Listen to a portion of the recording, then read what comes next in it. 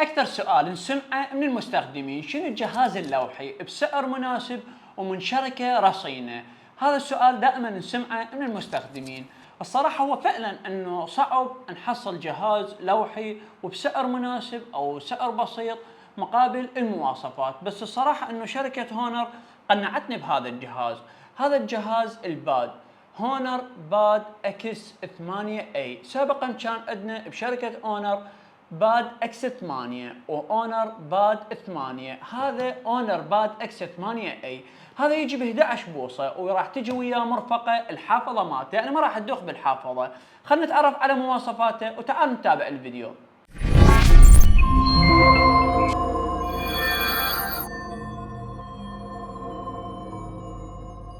من الاشياء اللطيفه بهذا الباد، شركه هونر وفرت لنا حافظه راح تكون مرفقه مع الجهاز. سعر الباد 190 الف دينار عراقي، ويكون باربع سماعات خارجيه، يعني الصوت لطيف جدا.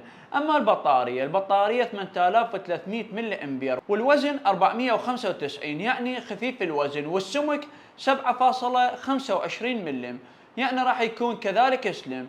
شاشة الشاشة تكون بحجم 11 بوصة وب90 هرتز ومقاومة للكسر، وبسطوع تحت أشعة الشمس 400 شمعة. أما معدل كثافة البكسل راح تكون 207 بكسل الكل إنج. يكون الباد باندرويد 14.